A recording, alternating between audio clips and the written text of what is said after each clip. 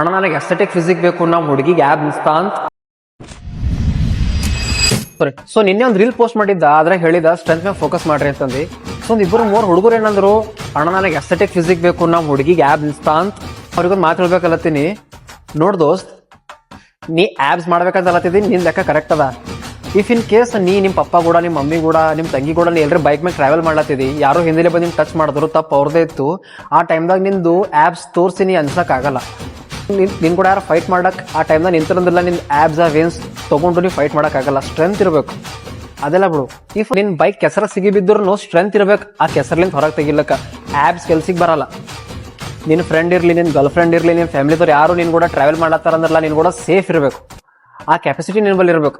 ಅದಕ್ಕೆ ಹೇಳತ್ತೀನಿ, ಸ್ಟ್ರೆಂತ್ ಮ್ಯಾಗ ಫೋಕಸ್ ಮಾಡು, ನಾಕಿ ಆ್ಯಬ್ಸ್ ಮ್ಯಾಗ ವೇನ್ಸ್ ಮ್ಯಾಗ. ಮೋಟಿವ್ ಇದು ಅದ, ನೀ ಸೇಫ್ ಇರಬೇಕು, ನಿನ್ ಕೂಡ ನಿನ್ನ ಫ್ಯಾಮಿಲಿ ಸೇಫ್ ಇರಬೇಕು. ಆ್ಯಂಡ್ ಇಫ್ ಗರ್ಲ್ ಫ್ರೆಂಡ್ ಅಂತಂದಲ್ಲ, ಆ ಗರ್ಲ್ ಫ್ರೆಂಡು ಸೇಫ್ ಇರಬೇಕು. ಸಿಚುವೇಶನ್ ಯಾವತ್ತೂ ಹೇಳಬರಲ್ಲ. So focus on strength. Aesthetic ಅವು ಚೈಲ್ಡಿಶ್ ಎಲ್ಲ ಹರ್ಕತ್ ಮಾಡಬೇಡ್ರಿ. ನಂದು ಹೇಳತ್ತೀನಿ ಪರ್ಸನಲ್ ಎಕ್ಸ್ಪೀರಿಯನ್ಸ್. ಫೋಕಸ್.